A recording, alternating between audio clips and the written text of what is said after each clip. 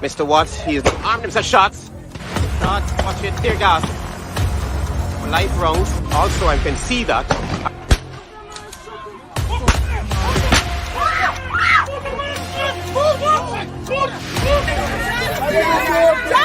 for Quentin! The man is a boxer, man. I want you to put in a boxer, man, to do that.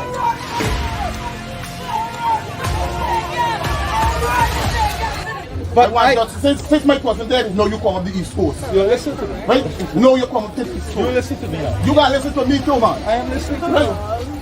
Now, I see you on the East Coast. The day when they get a protest of them, the next day, that's when you see one bigger heads come up to talk to my family. Right? And that's bad. If we didn't do a protest, we want to see nobody for justice.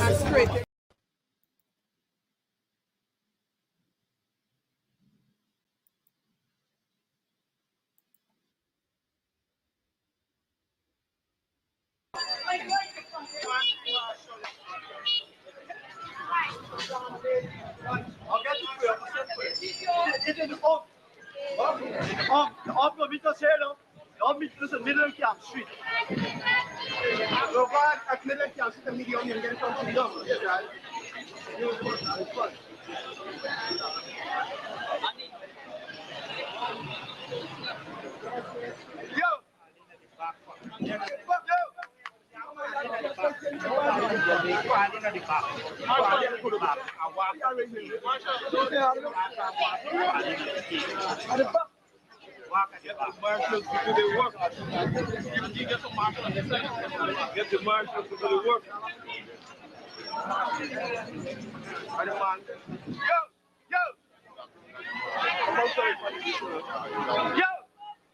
Come up from the funny vehicle now. Or in the truck. My man!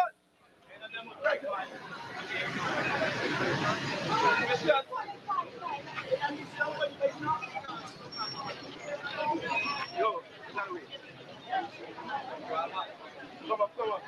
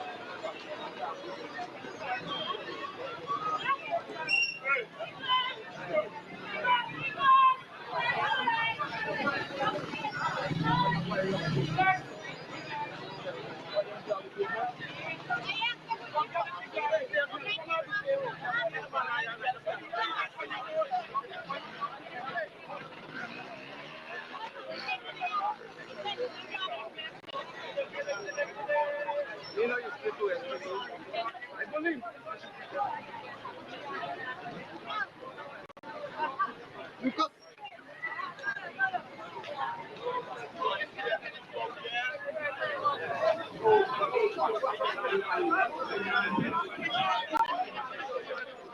what's happening, people. You put that from nothing and say you can't stop them.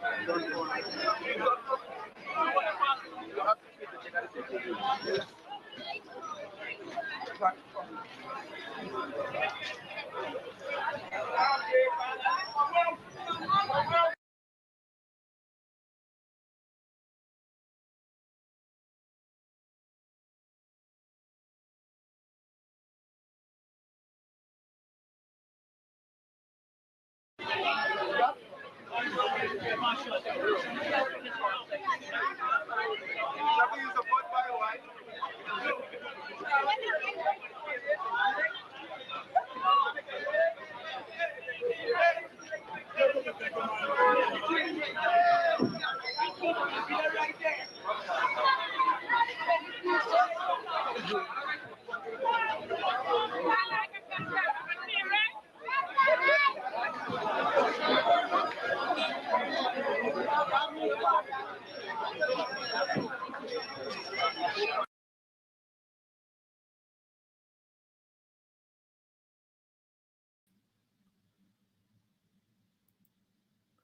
And welcome to you on this our Tuesday night edition of Politics 101. In case you're wondering, in the background, it's PNC March from 1998, the protest after the 1997 election. That there on the screen, you're seeing one of the marches, perhaps the largest march. I think they said some 10 to 15,000 people were in that march and more. They marched from the Square of the Revolution through the city back to the Square of the Revolution. Desmond Hoyt, of course, was the leader of the PNC at the time. And as we've been doing in the last couple of weeks, we've been rolling back the clock. And some of us who were not there at that time, 25 years ago. So those school kids there in school, I think that's Christchurch we just passed there. Those who would have been 13, 14, 15 would be 40 today. And those of you who are 25 years old today didn't see that march. And we're rolling back the clock because there is a lot of concern that people are not coming out to protest, and all kinds of criticisms from the leaders, from people overseas, from people in Guyana, that we are not protesting. And I continue to say that, there are several ways to protest, and protest is something that doesn't drop from the sky. You have to put in the work. There has to be that moment. There has to be everything. A lot of factors go into whether people come onto the street. Welcome to Politics 101. And please share the link. And everyone know Politics 101 is on. Dr. Henry Jeffrey is going to be here with us in another couple of minutes. So please continue. Let's continue to watch a couple more minutes of the 1998 march, one of the marches that the PNC organized after the 1997 election, marching through the city of Georgetown, led by the then leader of the PNC, Desmond Hoyt.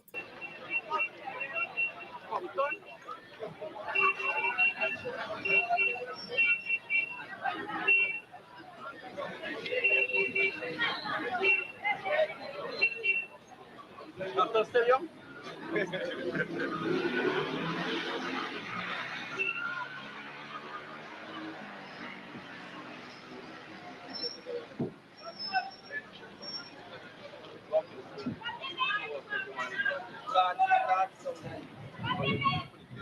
know that you are so right there. That's the new one.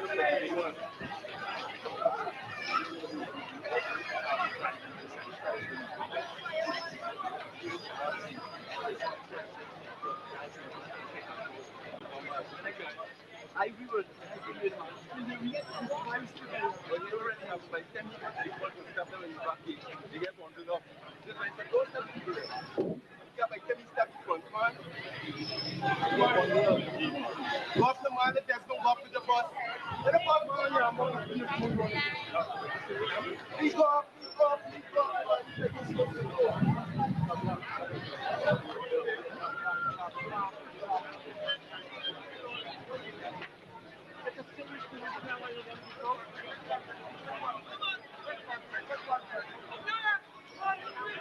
Not joining anything, right?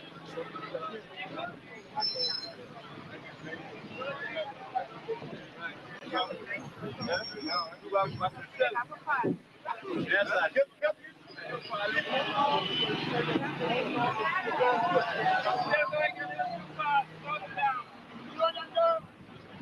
No, let it keep going.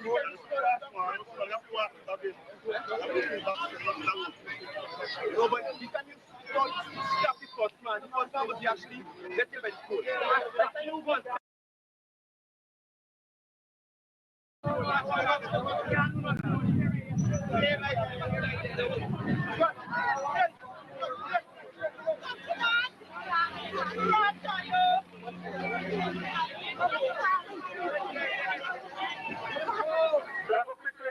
Quickly. Could we utilize the square? Come, let's go coming in first. Could you drift to the right so that all the people that coming in can have space to stand?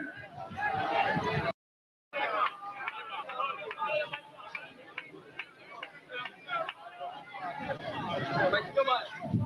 Mike, come on. Yes, Lord!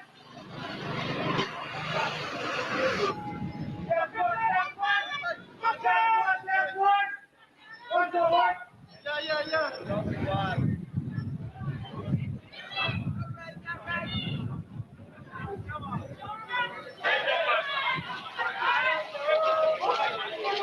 Hold up, pull your mouth. Hold up, pull your mouth.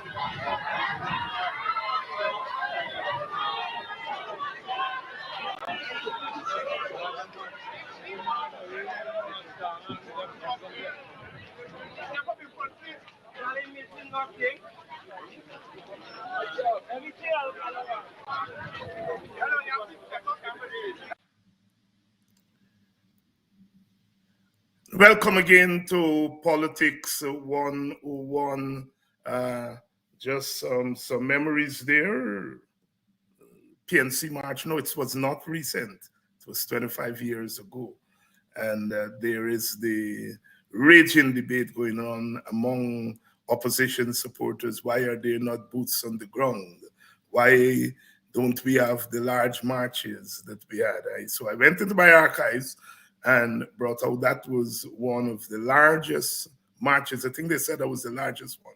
There was a series almost daily. They were marching in Georgetown in 1998 in the week of the election. And we are, this question of protest and what the opposition should do.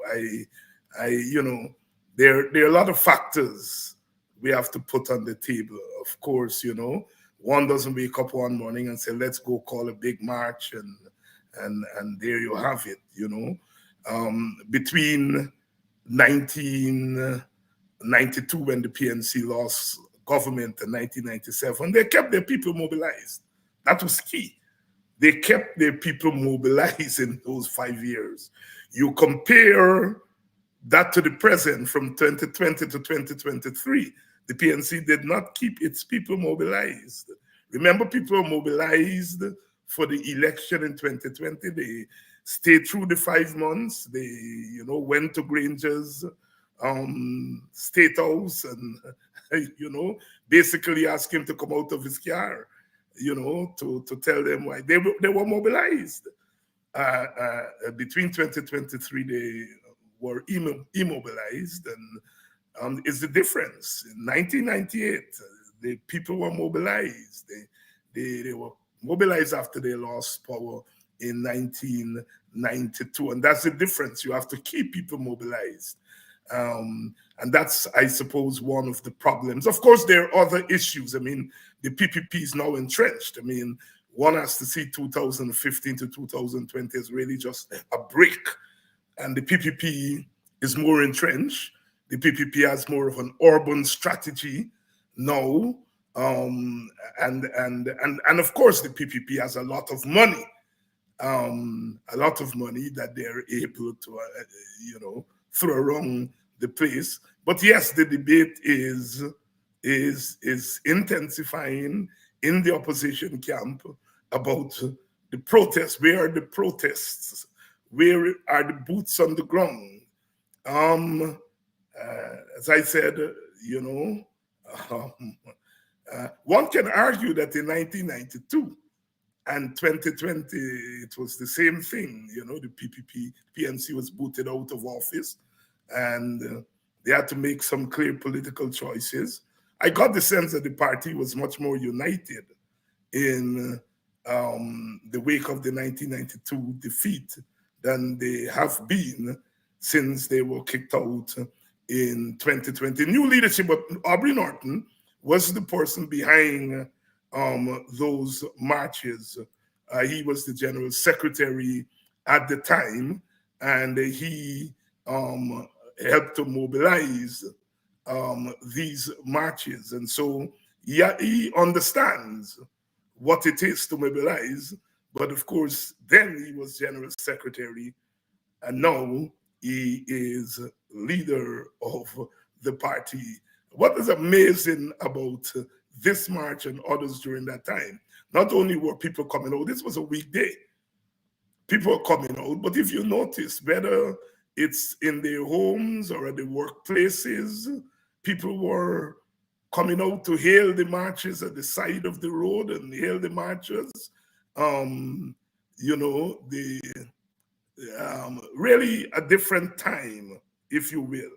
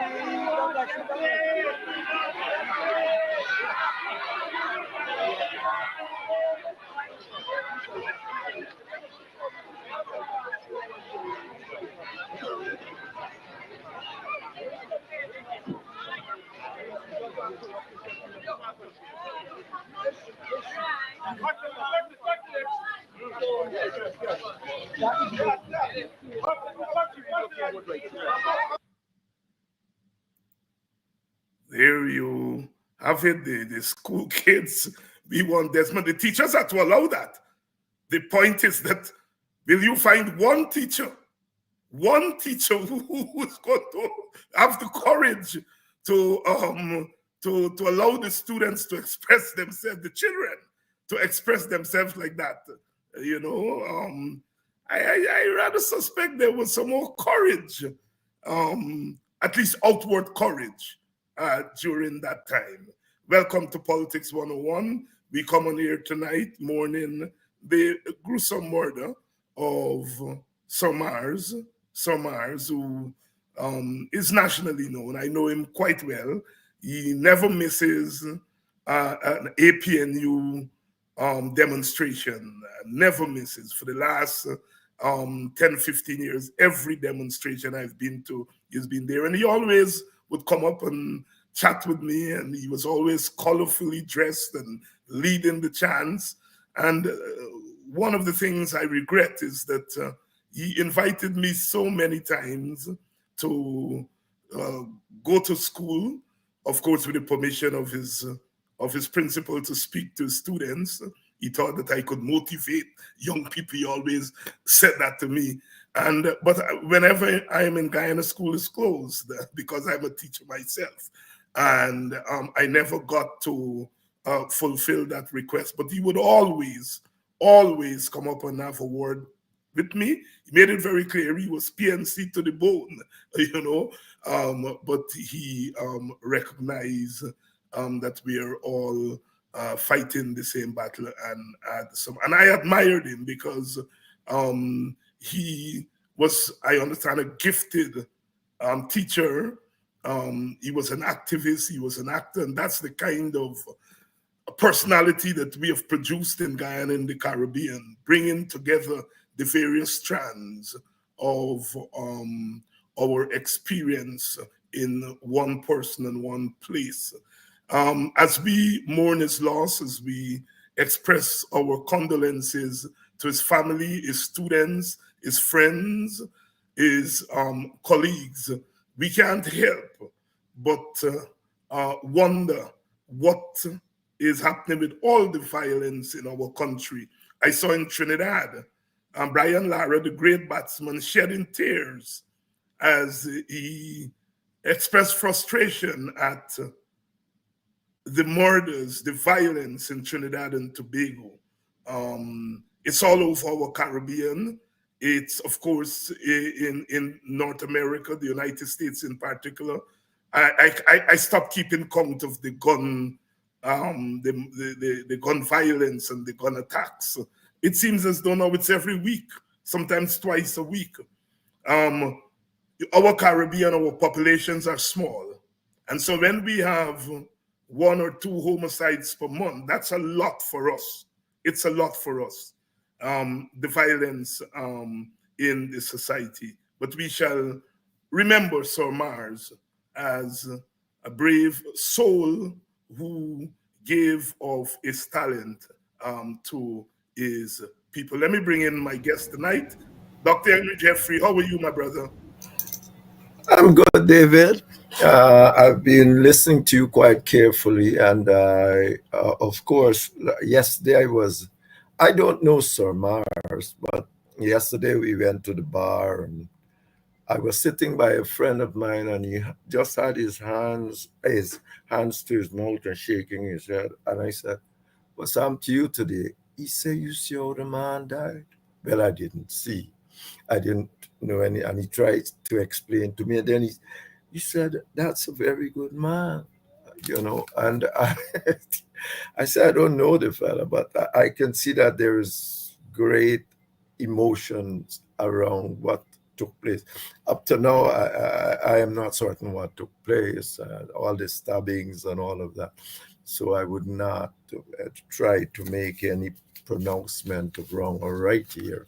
But yeah, I mean, he has obviously moved people with his life, has moved people in what I would call a direction of goodness and all of that.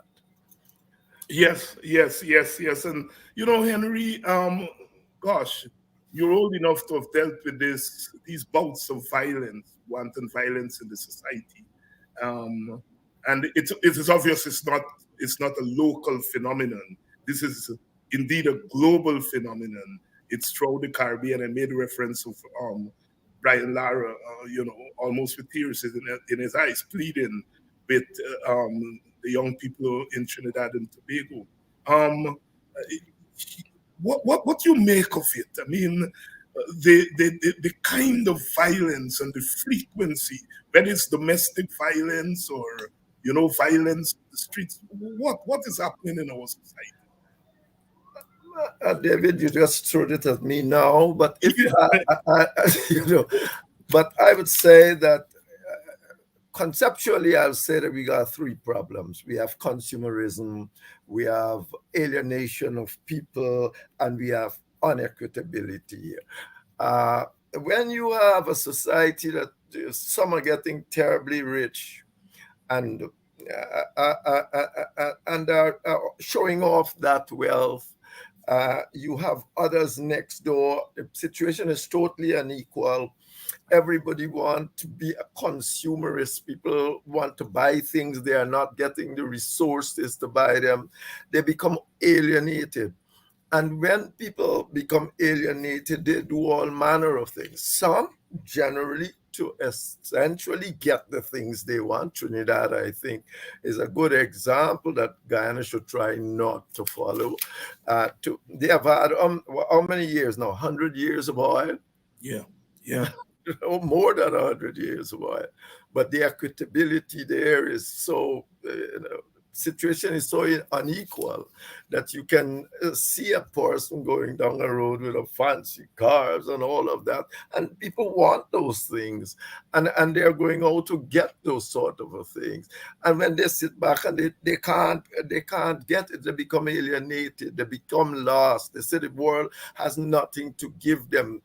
That's why maybe churches are very important in this place, because those that don't go to church, and I'm not any Christian or any religion matter, but if you don't go to church and believe that there is another place that you will be better off, you tend to move in that kind of direction. The least thing can, you're alienated, so the least thing can throw you off. I believe it's a combination of those things, consumerism, alienation, and the inequality that exists in the entire world today. That is the problem, and it has to be solved. We're not going to solve it in Guyana the way we are going, but that's why I said Trinidad is a good lesson. 100 years of oil, and people are being killed and shot and so on, because at the end of the day, people turn to those actions to express themselves. They either do it directly to have resources at hand, or they do it because of their frustration. Then they have nowhere else to go, and they decide that I'll die, and and I'll take people with me, and all of that. So I would say those are the three things I would look for in our time. Yeah. No, I completely agree with you. I'm going to throw this at you too. I know we didn't plan to speak about it, but as you look in the background there and see one of the big marches from 1998, there is Desmond Hoyt speaking at the end of the march. And people are beginning to make comparisons between then and now, and a lot of pressure on Norton and the PNC to have demonstrations. Look at the size of that demonstration there. Look at how many people are on the streets. Is it a legitimate question, a legitimate concern on the part of the supporters of the opposition? Let me give you my conclusion. It is legitimate if you don't show people that you have another way. You see, people are saying, listen, let's go on this. You have to mobilize people to get them on the street, because historically that is how they did business.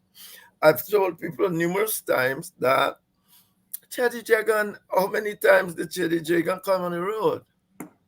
Yet he won a lot of political battles in the right time, in the right place. So he did do all kind of things, to keep his supporters together.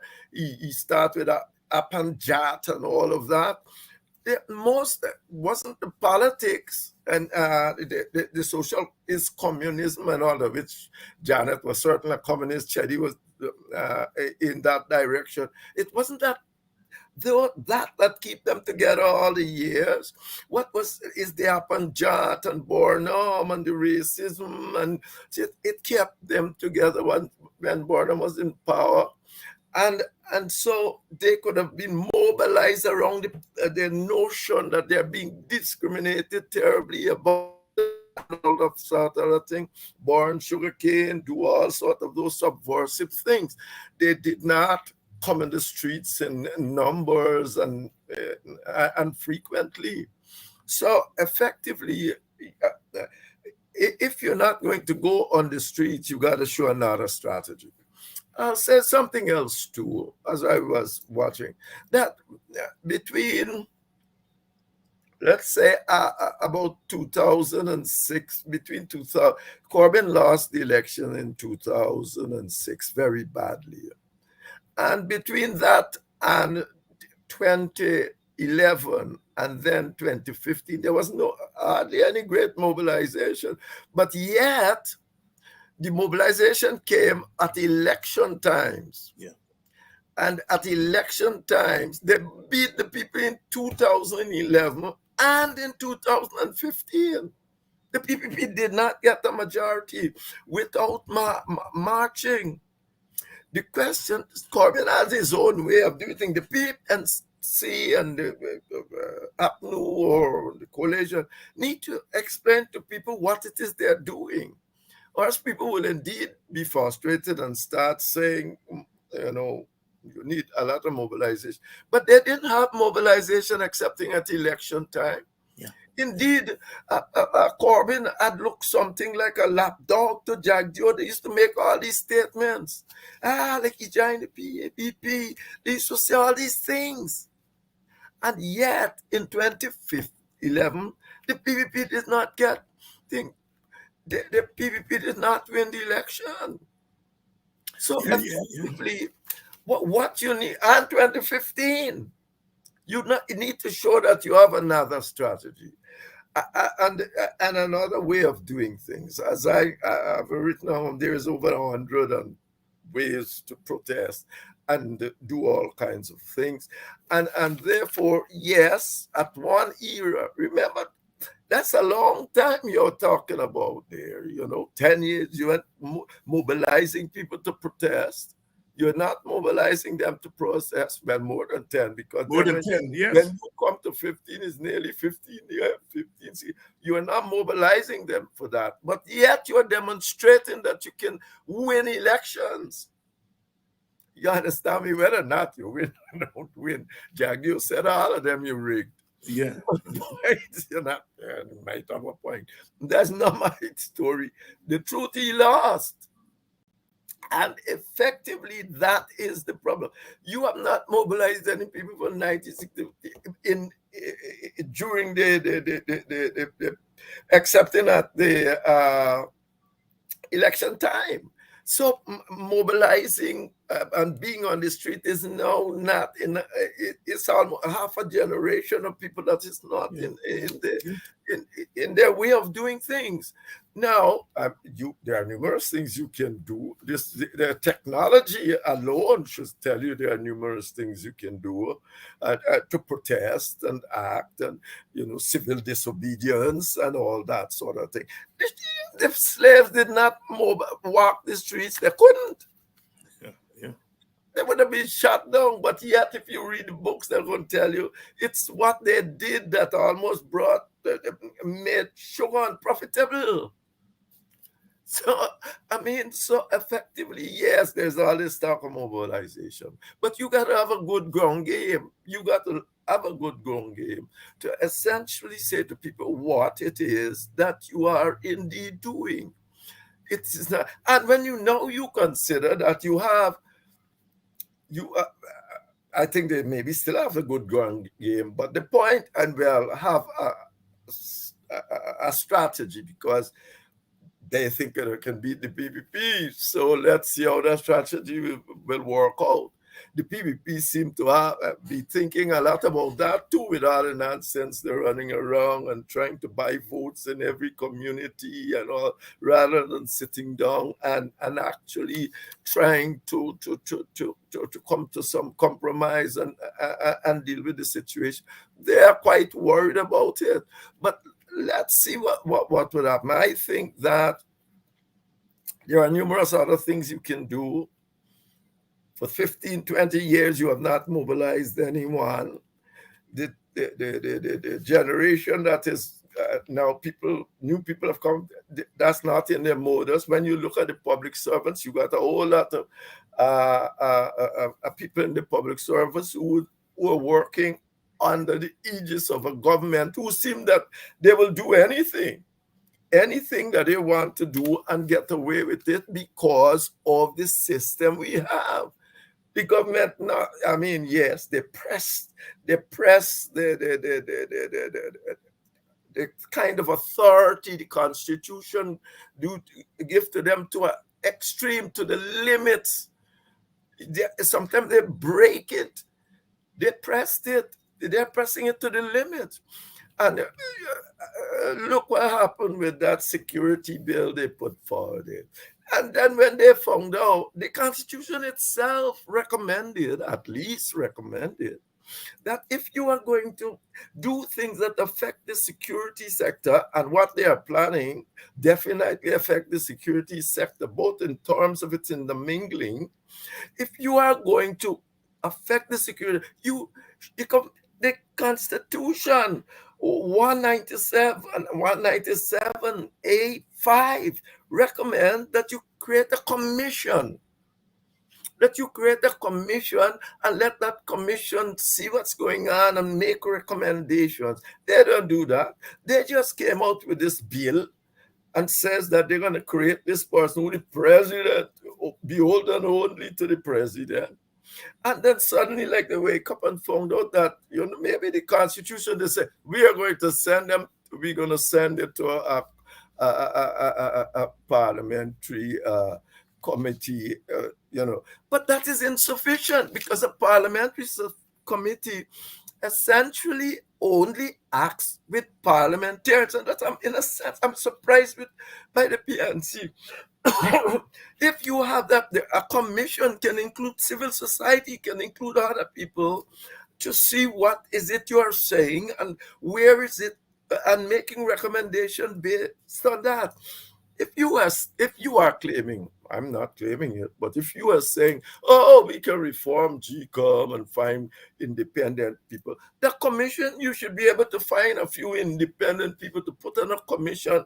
If it is that is the security of the people and not the security of the PPP that you're really after, you can find a few independent people to put together a commission and look at the entire thing and the security, because I think there's a principled agreement that there should be some sort of a security sector, a bit, more or less like what they're suggesting in principle. But it is not the way they are doing it. They push everything to the limit. When they're caught, they say, we are going to send it to a parliamentary a select committee. That committee, yes. I mean, and then the PNC say, yes, it's a good thing. I said, what?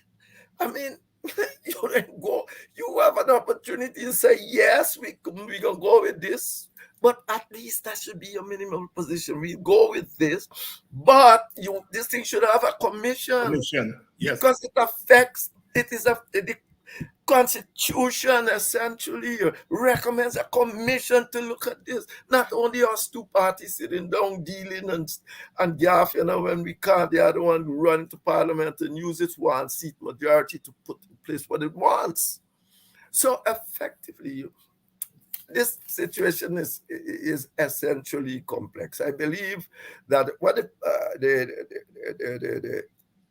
Aubrey and all of them needs to do is to let people understand, well, I don't even know if they can do it, it depends, but let people try to understand what it is, how they are moving forward, and what they just can't do like Corbyn did over those years, really. Keep silent, look like the fool, and then come up. Because all the social media wasn't even as much then as it is now. Yeah, but Henry, Corbyn, after the 2006 election, embraced the old coalition business. You were part of trying to get a power sharing between him all and of that. And the PPP, shafted him, and then he turned to the WPA. And that's how the APNU came into being. And then the two of them turned to the PNC. So he had a strategy, and his strategy was very clear. Yeah, your Yeah. point is well taken. And Yeah. the Dragons, don't Yeah. forget the Dragons are two unions. Yes. Yes. They are two unions. And they had up on Jat. They had Apple Jack. They They took have up nothing and off the Jat table. because you can't mobilize ordinary Indians or ordinary Africans around notion of communism and working class and no. They had up on Jat and Burnham was the bogeyman. To this day, Burnham is the bogeyman. We still. Yes, Jagan, who made a whole lot of errors. He is not, because Jagan and Janet, but Burnham is the bogeyman because that's what they sold to the people for that 30 years. And that is a mobilization factor. That was mobilization factor. And that is the problem now. Because the communism gone, is only the racism left. You see, because Jagan and Janet might not have gone there because they see it as a means to an end. They're seeing it that they believe in class. Indeed, Chelly believe in class. Chelly is being cursed out so many times by people to say that all he believes in class or not race. A whole lot of people from Tennessee, all of them, come and form party to get Indian votes from Jagan because they say, because we believe in this class and this communism, essentially, he's not going to get American support. So effectively, now the communism more or less has disappeared. All is left there is the racism. That's all that left. And that, because that is what they had to use as a mobilizing factor. These things are very complex. And, right. And I suppose while the PNC is not so much into class, it has a kind of blind spot when it comes to the issue of race. I don't think as a party that has worked out how to explain its mobilization against racial lines. Your take? Yes, of course. It's not anything to work out. You got to state your position quite clear. You must not. No party in this should ever be concerned only about any ethnic group in this country. We live in a country. But that doesn't mean that you mustn't have some serious responsibility to the ethnic group who's giving you their major support, particularly if you believe they're discriminated against. And anybody that do not want to vote for you or be in your party because you want to state clearly what's happening to your group, and let them go. It's not worth it. Because you must not have a racist policy, but at the same time, you must have a policy that defends the people that are voting for you, particularly if you believe that the other side is doing for their people. Yeah. And it's nonsensical. Tell me about vote and this vote and so. I said, boss, they better not vote for you. Don't let people vote for you who cannot understand that there is discrimination here and it needs to be fought. Let them go. Mandela, everybody. And yet there have never been a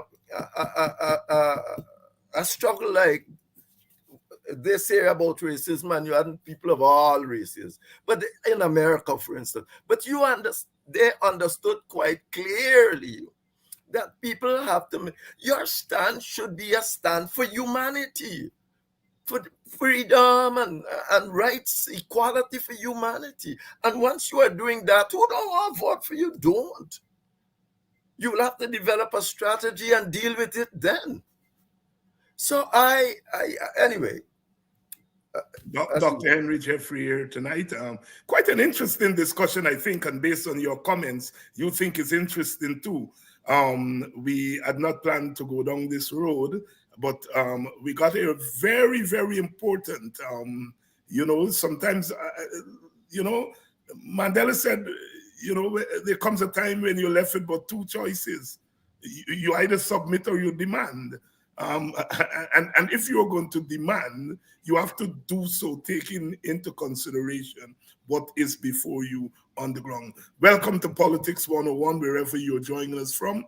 We are having our fortnightly discussion here with Dr. Henry Jeffrey. Dr. Jeffrey, the court just made a ruling against the EPA in effect, telling the EPA, you've got to regulate based on the laws of Guyana. Now, the Attorney General then raised the question whether the court can tell a regulatory body how to do its work. What do you say?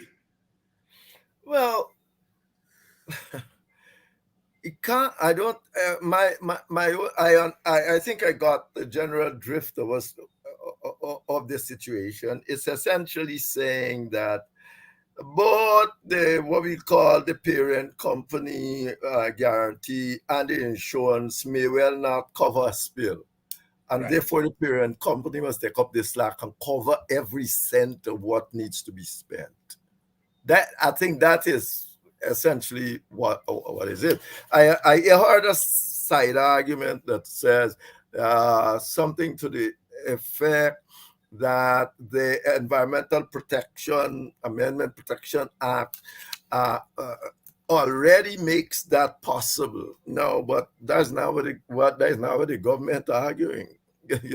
They're saying, and I think that part it has some leak, because the Environmental Protection Act really says that laws can be made in the meanwhile that you will have to follow. And the agreement with the government and Exxon was made afterwards. So what would be given precedence? These are not constitutional arrangements or so, they are laws and regulations. That's a matter for the courts. So I don't know that a court can tell the agency how to do its technical work, unless the technical work breaches the law. Yeah. And I think, that I mean, the court can tell anybody what to do if it breaches the law. I think what they are saying, the rules that are there on the book say that Exxon and company must cover every cent. Yeah. Now, what you are doing and whatsoever you are doing does not allow Exxon to cover every cent, and it should. No, In the United States, Henry, the court has intervened on these matters, albeit in the opposite direction. Of course. There's a famous case with the West Virginia case with coal and so on, and the court intervened. In a sense, the court intervened slackening regulation. Of course. Here we are asking the court, is asking them to tighten regulation. The fact of the matter is that the court has intervened. So I think the PPP's argument that the court can't intervene, as you have said, the court can't tell you technically what to do. But if your technical stuff violate the law, then the court can tell you what to do. That is the essence of judicial review. Go ahead. Yeah, or some notion of moral justice and all of that. After all, you take oath to look after the interests of the Guyanese people. Suppose you got spilling all the guy. No, there's this narrow definition of what the court can do, and there's a broader definition, as you well know, where the judges almost make like. Yes. So by saying, hey, what you have here don't cover the Guyanese people. I'm not certain how far along the road this judge was making any law, but he certainly says that the law that is there has not been, but what you are trying to do here does not follow the law that's there effectively. Henry, what about the political optics of the government appealing the case? Now, of course, the EPA falls under the government. So if anybody has to appeal, it has to be the EPA via the government, or the government via the EPA. But what do you make of the political optics, which is what seems to be driving the news, that the government is appealing a case in which the oil company, quote unquote, lost? Yeah. Well, first of all, the government got to show good faith to the oil company since they were, so they can't say we're not appealing. You got to understand quite clearly, because the oil company powerful, and if they have been saying all the time that that's what something means, and the court said no, the government at least, at the very least, whether or not it wants to or not is another story, but it has to show good faith with the oil company, or they say maybe you talk to them judges and make this happen. For this is Guyana. So they have to go and show good faith. Whether the great problem, the bottom line for all of these things that happen, I mean, can be a disaster not only for Guyana but for the Caribbean if something big happens. And then they're running around trying to find out who is responsible after the insurance and the parent company guarantee. It go down the tube you still. And people, tourism industry, oil floating, because a lot of oil, you say got a lot of oil. Yeah, but you can have a lot of trouble too with this situation. But I want to ask you something. You believe you're talking about political optics? This is not about political optics. This is about ballot box. You believe the PVP can lose any vote from what they're doing? No. Story done. Story done. No. And I was, and you all to your credit, well, more than just credit, because it should be obvious. You always make that point that political parties and political forces would only move in a certain way if they lose something of value. I was going to take you back to 2020 because a lot of people on the opposition side, and some of us who are not necessarily aligned to the opposition party, the major opposition party, have concluded that you had some form of regime change in 2020, and that either the oil companies were directly or indirectly involved. Are we in a sense reaping the whirlwind of part of what happened in 2020? I don't think so, because remember, I am not. The oil company got where they wanted. The PVP supported it. Even the APNU was not said they don't support either. Right. So everybody frightened, because if the oil company start putting a lot of money in one side, what's going to happen. And they got contacts all over the world and all sorts of things. So effectively, everybody, the major parties are not going out there. The PVP will not move until you can touch their bottom line, which is votes. Yeah. They're not going to lose any vote by this. You can talk about corruption till you like every morning. Every day you are out there, you're hearing people, oh, the government should do this. Please, government, you are begging, you're begging the government to do things that's not of a great interest to them. They might not know government would want a spill, or they wouldn't want a spill, but they don't want to lose power even more. And then they support us even more. They frighten the PPP, the PNC more than they frighten a spill. So you have a problem. The problem then is the system. The system is broken. You have to fix the system. They are using the system to its limits. It's a British system, but the British got a whole lot of tradition and rules that prevent people from doing things, but we don't have that. We jump on the bare law. We go on law. We go all sort of myth about, we put that in a manifesto. Your manifesto is half the country vote, not even half the country vote for it. If when the case is finished, we'll know that. And you got a manifesto, and you go in the manifesto, it's only half the country. You are a government, you're not a political party when you're in office, and a government is not to carry out the government manifesto. that manifest, unless the manifesto win you 8% or 80% of the votes, then maybe you can make that claim. But you can't even get less than saying your job is to sit in parliament or whatsoever and try to come to a consensus on numerous things, but not for you alone. So my manifesto says, and less than half the people vote for me, and I can do it. It is ridiculous. But that is precisely what goes on because the system allows it. The system allows it. Yes. The question is, what, David, are you going to do about the system?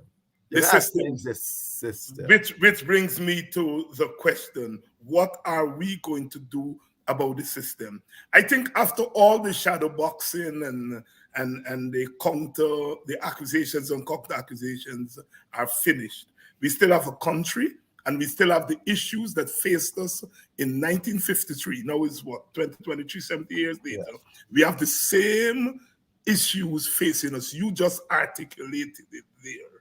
You know, it's about what are you going to do as these two political forces, which at the end of the day, they can both inflict blows on each other. The PNC may not be in that frame of mind now, partly because of some internal issues. But as you said, the PPP frightened the PNC more than the frightened oil spill, you know?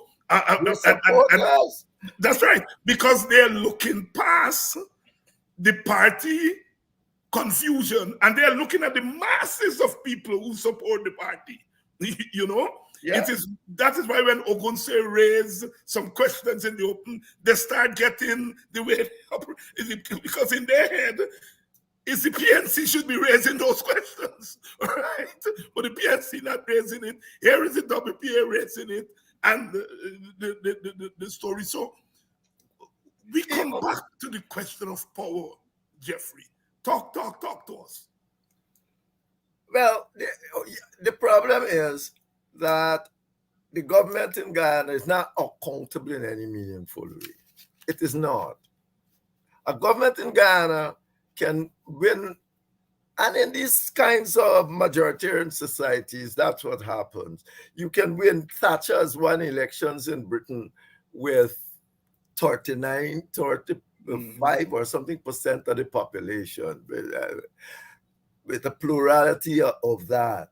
So, but effectively, the British system, you know, I think it was Hogg or somebody said British thing is an electoral democracy. But even so, what you electoral dictatorship, he said, is electoral dictatorship. You had to find it. But the truth of the matter is that they have a whole lot of other traditions, long traditions, that makes it important that the opposition be dealt with in a certain way. If you have a matter of great national security, and they take the secrecy oath, the leaders and maybe some of the the front benchers take secrecy oath, so you can call them, and the tradition is to call them and tell them what was going on and ask for their support, you know, and so on. Now, imagine here, the PPP said we ain't talking to the opposition, get out of town, because you say that we rig elections. What I gotta do is why I said is what the Constitution requires, that you come to Parliament to talk with us. I can say anything, you rig elections. It's not for you to get up and say. But the PPP don't care. For the very reason we raised on the oil matter. Because to say that to the opposition, maybe they're supposed to say, some might say it's a foolish idea, but essentially it's not going to lose them votes. It would not. And therefore they are not accountable. You don't have a public opinion. I've said this 100, and people have been saying nearly 110 years ago that there is no public opinion. Here people says, oh, there are swing votes, but there's so much electoral manipulation in this country that you don't know anything about. Anytime people start saying, look, we won this and they are suspect, because they don't know the electoral manipulation has been so great. There is no great swing vote that won anybody anything here. You can't go down the road. And even if it was a swing vote, it's small. And therefore, you can't go and get a man with 51%. 51%, trying spending the money how you like, doing what you like. In Suriname, what you need is some kind of power sharing. You got to share it one way or another to make sure that your people are taken care of. And you got prepared to fight for it. In Suriname, for instance, because they came out of the European tradition of coalition and all of that, rather than the British winner-takes-all situation. To become president, you have to have what, 2/3 majority to be voted. You have to be voted president in the parliament. You have to have 2/3 majority or 60% farmer. So you can't be a president. The president, you see, they can't do all manner of things. So he had to go and get Brunswick together so that they can reach that number so that he is there. And Brunswick is a joker, no? Yeah. And he's there to look after the interests of his people. So effectively, it mightn't be both to say, but you got Brunswick, and he's there to try and look after the interests of his people, and he will do it. So Santo can't get up a man and do anything he wants, like orphan can, for the most part, do anything, almost anything he wants. Spend money how he wants, refuse to give, use public money to do all kind of nonsense. But the point is, you have to take that on board and put people at the table that's going to look after your interests. The Americans told you so more than once. 2021, they said, change the winner-take-all system. And that is still their position. The reason the PPP is behaving like this, because I think they saw what happened in Fiji. They saw what happened in Fiji with Mansirama. Mm-hmm. Remember, he did all magic and do all sorts of things. And then the Australians and the New Zealand people, they say, man, he's the only one look like that he can bring some stability to Fiji. Let's give him a break. But you know what happened at the end? At the end, all the majority of Indians are left Fiji, gone away. Bansuma has just lost the elections.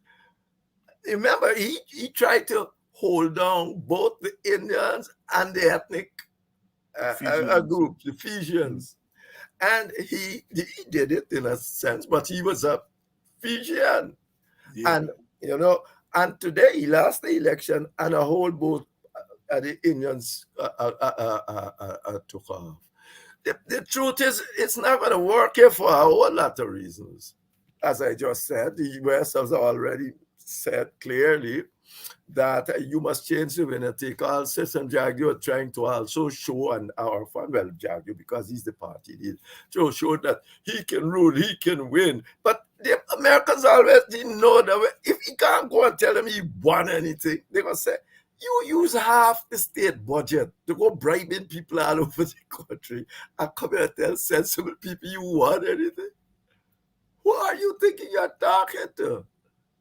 So they would know that he hasn't won anything. But what he's hoping for is that he is going to present himself as the only possible alternative to what is going on. And that's proving difficult. But then you must ask yourself the other question, because to this, I believe that Granger was removed from office. I believe so. And I can make a I believe so too. Right. And up to this day, I don't know why he was removed from office. I got my ideas. I mean, but I'm not going to, it's not things for you to be saying, because it's not just Jeffrey opinion. I just throw my opinion. I Right. try to, you notice when I speak, I try to show evidence and all of this with what is taking place and so on. I feel so and say it. No, I'm not. So effectively, I believe that that's their hope. They're gonna provide themselves that the only people can bring stability to Guyana. But what they're failing to understand that America understand country like Guyana far more than they do. Mm-hmm. Biden was very tied up. You see, he went to Ireland the other day and tell them clear, let the Good Friday Agreement stand. And everybody agreed that it stand, even the European Union. Biden was very much part of that shared governance agreement. So he knows this operation more. He knows what's taking place in Guyana for over 60 years. Won't end by any party winning any couple votes. And another thing that you might not be aware of, but if there's a statement somewhere by a senator, if there's one issue in the Congress that the administration agree on, is what's happening in Northern Ireland. Biden was part of cajoling Clinton to do it, partly because maybe he's Irish and the whole lot of Irish. And he has continued, they have all continued to do. And if there's one thing that they have agreement, is about these kinds of society and how they must be dealt with. So when you see the American ambassador wasn't moved immediately, they got a kind of consensus, and that's why it raised the question again about the removal of the PNC government. But that's... Yeah. Henry Jeffrey. Henry, before we go, let's talk a little bit about local government. I know it is really not supposed to be the biggest news because some of us have a sense of how that is going to turn out. But we know the PNC went in, they are going to participate. But then last week, they filed a motion in the courts challenging the the power of the minister to gerrymander the boundaries. In fact, they found in West Berbice that he changed some boundaries and created a new constituency, but did not gazette it. What do you make of the PNC strategy of going to the courts? Well, to be truthful, they are saying it's some 37 local authorities, things that have PPP trying to gerrymander. After saying they're going to try to fix it, they didn't try to fix it. GCOM, I can't understand. I can't understand because it's all, I keep saying that all the time, but it's not really true. I understand this clearly. GCOM, should the PNC goes to the GCOM and I said this should be done. It's not the PNC should go to court with this. If GCOM wanted to be an independent, but it's not. Everybody, whole country know that's nonsense. But if it wanted, even just to express, it should say, let's go to the GCOM can't deliberately go and run an election that will be gerrymandered. Yes, right. If you got 3 commissioners, they should have said clearly, do you have a judge there, although even the inquiry said a judge like she lacked management skills and even legal skills because she needs some legal advice. Yeah. But that's beside the point. The truth of the matter, the GCOM should have gone to the courts and tried to go to the court, say, look, these people are making, what is it? Is this a point they can make? Because we want to provide a free, fair, and transparent election. The opposition is now opposition. 3 commissioners are saying this. Is this a point that we can do? Can we do anything about this? how should this be dealt with? Since they are even quarreling that you need to do it before you go to election. Of course, it needs to be done before you go to election. Why would you go to election with a gerrymandered border when it has been identified before the election? So effectively, they should have gone to the court and asked for a review, in urgent review, that the court could have done in a couple of weeks and say, well, let the PNC go. You're not at last. You can't do it. And think. That should have been enough for the PNC to be running to no court. You have a responsibility, according to the Constitution, to provide free, fair, and transparent election. If I raise an issue before an election that can affect the outcome of that election, you can't tell me go. I will do it still, and you go to a petition. Better you go home. I mean, there is no. So that's what should have happened. So the CJ did said that GCOM have a whole lot of power to do all sort of things. They can almost make law. And that is why the PNC gone to court to claim that the recount is illegal and unconstitutional, because the amount of power it gives to GCOM. Yes. GCOM can almost make law. Yet, during the election campaign, when she started right and ended wrong, because she sent and asked the relevant authorities about the dead people and all things that are being exposed from the recount, and they say, yes, these people weren't here to vote, she constantly turned back and said, I can't do nothing about that. When the Chief Justice says that she got so much power, she can make laws to bring a transparent election in Guyana. So that's where we are with this. So yes, they got going to test something that is GCOM should have been testing and saying, well, wait, we got to hold with this and see, because we got major dispute. This is not for one man chairman to say yes. Because this talk about the transparency of election for whole country. And therefore, let me go and ask the judges if this thing right. Can we do this? Yeah, we can. But obviously, they don't want to go to any judge because they want to do just what they are doing to give the impression, again, that they won elections. Yeah. And I know, Henry, we didn't have this on our list of things to talk about, but there was a steep drop in the rating of the government as far as press freedom is concerned. And the government, in true to form, they've blamed the Guyana Press Association and are in fact signaling that they may set up a parallel press association. What's your view on that?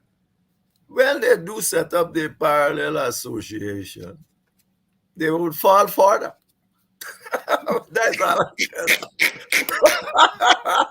Because with a stick, already this government is considered an electoral democracy minus. That means it's going into pure autocracy, and therefore, people expect this from them now. So effectively, let them set it up now. The minute they set it up, they're going to want to control. Well, the mere fact that they set it up, people are going to say they control it. And the result is that they will fall further. If that is what they're thinking. I mean, when I heard the thing, I said, oh my God. I mean, where you going on the tube? Because who you are trying to impress? Your supporters would always vote for you. You ain't going to impress them no more because they frighten the PNC so much. The vast majority of them would vote for it, and vice versa too. So the vast money would vote for you. So who are you trying to? You can't impress the people abroad or any sensible person with these things. These are foolishness. What you're trying to do, instead of meeting the association, work with them, see the grievances they have. But then again, the behavior of the PVP means that it will always be criticized. Unless they got a whole lot of stoolies in the place. They will be criticized by everybody because of their behavior. And so there is where we are. Henry Jeffrey here tonight. Quite some interesting thoughts here. Not that he's not always interesting, but some really interesting thoughts tonight. GCOM should have gone to court. It's the first time anybody has really proffered that. And when you think it through, he makes a lot of sense. A real independent body would have gone to court. You know, the threat to have a parallel press association will only make you drop further in the international scene, on the international scene. Really interesting discussion here tonight. We started off with whether to protest, go on the streets or not, as far as the opposition is concerned. And Dr. Jeffrey has made it clear. I mean, if you've not mobilized people outside of election for almost 15 years, you know, given all that has happened, I mean, how really?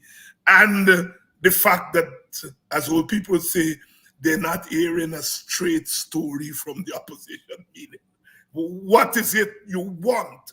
What is it you want? And for me, as someone who thinks a lot about race and how it operates within the society, is the thought that whereas the PPP never took racial mobilization off the table, perhaps this opposition has not figured out a way how to keep it on the table. That is, how to mobilize those who vote for you while keeping your focus on acting in the interest of the nation.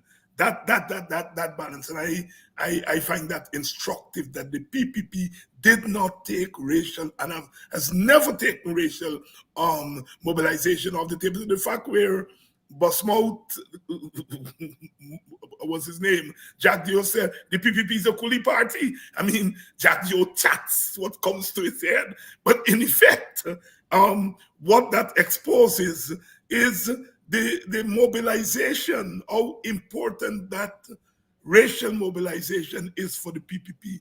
And the opposition, the PNC, is always shaky on that issue, which may be one of the reasons that they're not mobilizing people at the level that they ought to. Dr. Jeffrey, your closing thoughts. David, my closing thought was that was to you. Please don't bring up art. You bring up more issues that we never intended to speak on. That we spoke on. My closing thought is for you. So, see you next week. Thank you very much, my brother. We got and to you, our audience, Dr. Jeffrey, so right. You know, you kind of say we're going to talk about these topics, and then you come on the show a day or two later, and so much has happened between when you talk and now, and then the conversation starts in a certain way. And you know, we're a gaff people at a certain level, in the sense that we go where the conversation take us. But yes, you know, sometimes you have to give people some some notice that that's where you're going to go. But I think it's a fascinating discussion tonight. Don't you agree with me? Fascinating. The points that came out tonight, I think, is a lot of food for thought. The PPP never took racial mobilization off the table. Never.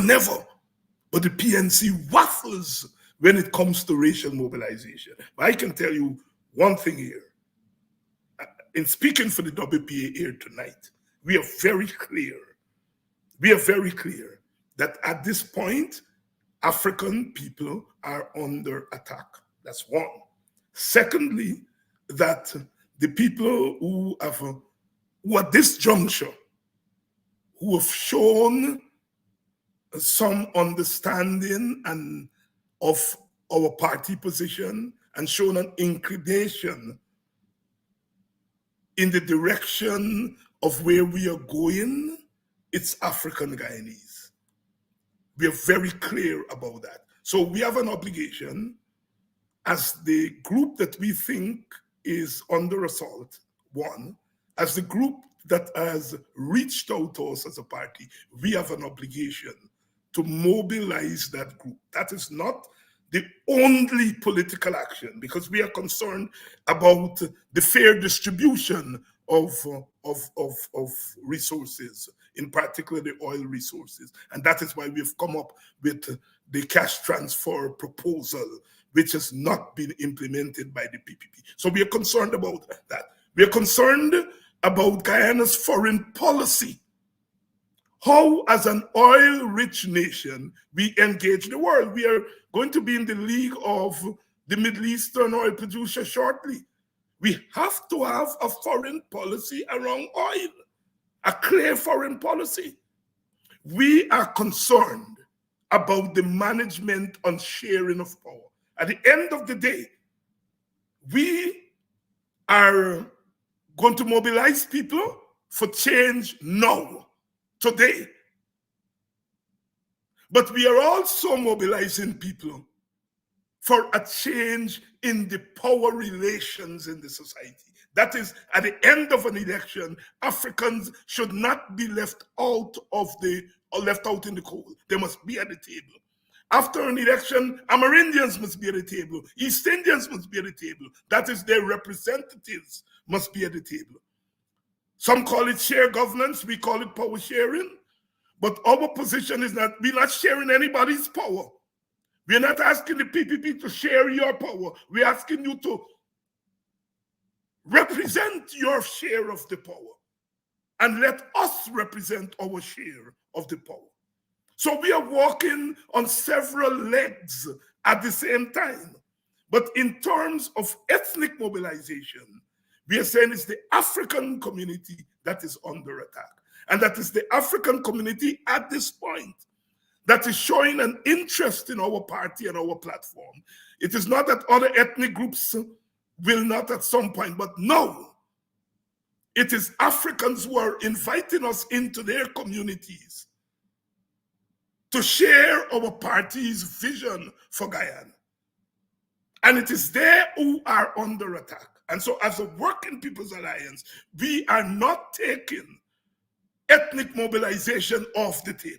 We are very clear, we are very open that our mobilization now is in the African Guyanese community. Because they're the ones who are inviting us, they're the ones who are opening their arms to us, they're the ones who are receptive to our message, they're the ones who are under severe attack. And so for the WPA, there's no waffling on the race question. We feel there's a solution to the race and politics in Guyana, and that is that each of us represent our power. The PPP is representing Indian Guyanese power. Don't care how many black red jersey, black red jersey, don't care how much black red jersey. At the end of the day, the PPP is representing Indian people, Indian Guyanese, and they must represent them in government. The PNC is representing African Guyanese, and they must not represent African Guyanese just on the streets. They must represent African Guyanese in the power decision-making body, not just in parliament where they can be voted down, but in the real halls of power, the cabinet, the executive branch. The executive branch. If the president is a PPP and the prime minister is a PNC, or vice versa, they must not, neither one of them must be allowed to make a big decision without the agreement of the other in cabinet, not consulting outside. In cabinet. That is the WPA's position. And we are asking you Guyanese to support us in that position. We want power, economic relief for black people right now. PPP is taking care of Indians. They may not be giving the Indian poor enough, but they're taking care of Indians. And every time I hear opposition people talk about how Indian people suffering, I say, well, it's propaganda, but what does it mean? Indian people are not looking to you to represent their suffering. African people are looking to you to defend their suffering. And you must not speak with water in your mouth. But I don't want to criticize my comrades. We in the WP are very, very, very, very clear that we have to represent the African Guyanese community. We recognize that not that entire community will support us. There may be, a small section that will support us electorally and so on. But we feel it's our obligation to represent the interests of that group, because it is that group that does not have forthright representation. And so the WPA is very clear. Ethnic mobilization is not off the table. It's on the table. And as I said, there are other things on the table.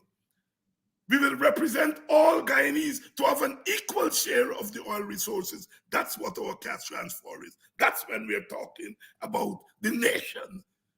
Each household, regardless of race, class, color, religion, that's national. That's our national platform. Our ethnic platform is to turn back the wrongs against an ethnic group. The ethnic group in this country that has suffered slavery. That's our ethnic mobilization. Our national platform is in the economic distribution of wealth and in the political distribution of power. Because for us, power sharing is about representing the Indian right to power, the African right to power, the Amerindian right to power, the Portuguese and Chinese, and all other sub-ethnic groups, their right to power. So our national platform is to nationalize power in an equal way, to nationalize economic power in an equal way, to nationalize political power in an equal way. At the ethnic level, we are very clear that the group that we are going to look after their interests is a group that we feel that does not have sufficient representation. Indian people have sufficient representation compared with Black people. The government in power, the party in power is representing their interests. It may not do that to our liking, but who are we to speak for Indians? Let Indian people speak for themselves on this issue of the PPP. We will speak for all people in the distribution of wealth and the distribution of economic power. But when it comes to the security of Indian people must decide who they want to speak for them. And they've decided they want the PPP to speak for them. Very clear. And Black people, in my view, are looking to the WPA and the PNC to speak for them. And we, the PNC, can speak for itself, but I am speaking on behalf of the WPA tonight. We hear your call and we answer your call without reservations. That's tonight for me. Tomorrow night, we're going to have Dr. Vincent Adams, the EPA, the former head of the EPA. So he's going to be here tomorrow night to talk about that case that was won by the civil society organization, Fred Collins, and those other people. I would like to get those guys to come on. I don't know whether they'll come on to a program like mine. I don't know. But they're the people who brought the case to court, and they won. And we're going to have Vincent Adams here tomorrow night to talk about it.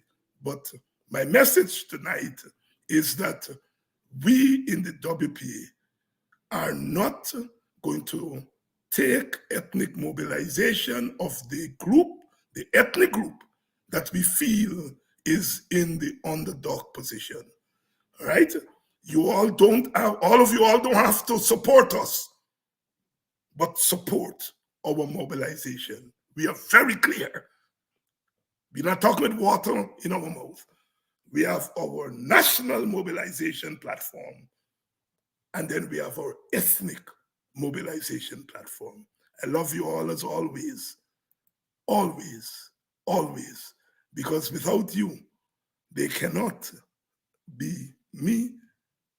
They can't be the WPA, they can't be the PNC, they can't be the PPP. We depend on you, the people.